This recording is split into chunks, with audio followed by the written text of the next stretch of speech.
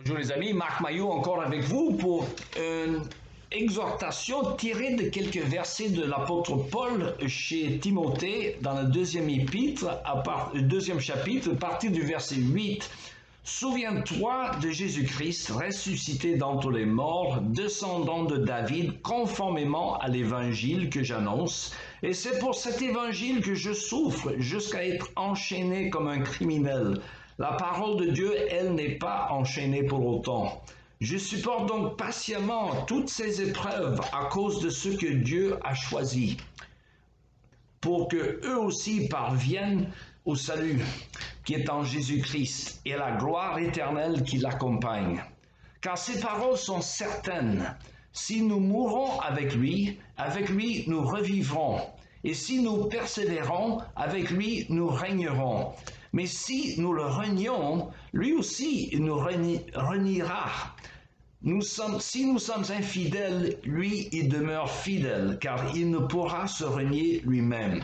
Fin de la lecture de la parole de Dieu. Vous savez que récemment, je parlais de la parabole du semeur et le fait que l'évangile est en train de se répandre dans certains pays, alors que les Occidentaux s'endurcissent, hélas, contre la foi chrétienne qui faisait autrefois la grandeur de notre civilisation occidentale. Alors, un pays que j'ai mentionné où l'évangile prend racine, paraît-il, c'est l'Algérie. Alors, cela pourrait étonner certains de nos auditeurs, car ici, la presse américaine n'en parle jamais.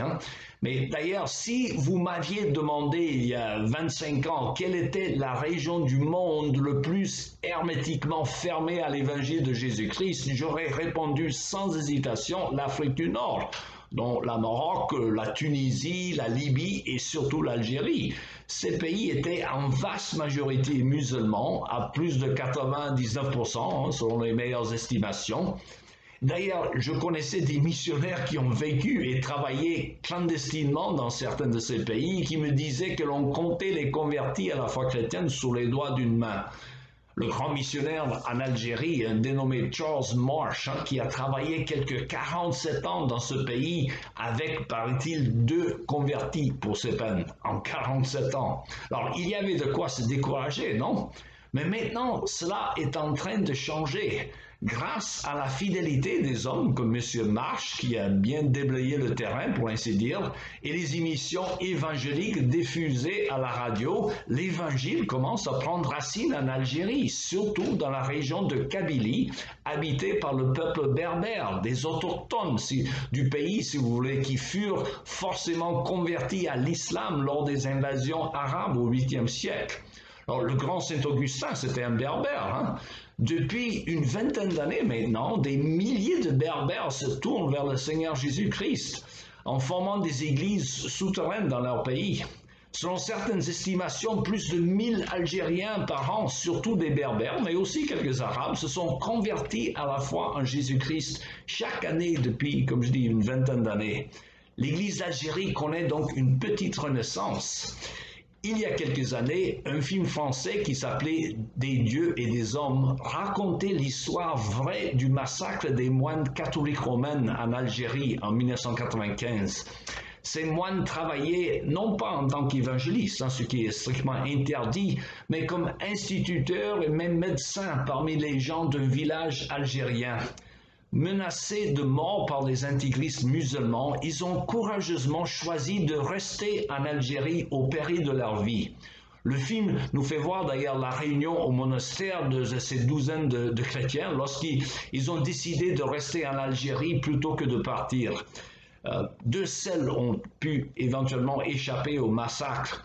Alors l'un de ces moines rappelait au groupe, à l'instar du pasteur allemand Dietrich Bonhoeffer, qui luttait contre le régime nazi dans les années 30 et 40, que lorsque Dieu nous appelle, il nous appelle à mourir avec lui. Alors ces moines sont morts en martyrs pour la cause de l'Évangile, mais depuis, la cause de l'Évangile ne cesse d'avancer dans ce pays jadis fermé à la foi chrétienne, prouvant encore une fois que le sang des martyrs est la semence de l'Église, comme disait le grand-père de l'Église Tertullien. D'ailleurs, lui aussi, il était africain, il est d'Afrique du Nord. Alors que le Seigneur bénisse son peuple en Algérie et en Afrique du Nord. Il en est de même en Afrique noire où j'ai l'honneur d'enseigner depuis une dizaine d'années. Et quand je rencontre des nouveaux chrétiens, je leur demande par quel moyen ils seraient venus à la foi en Jésus. Et je constate qu'il n'y a pas un moyen qui domine sur les autres.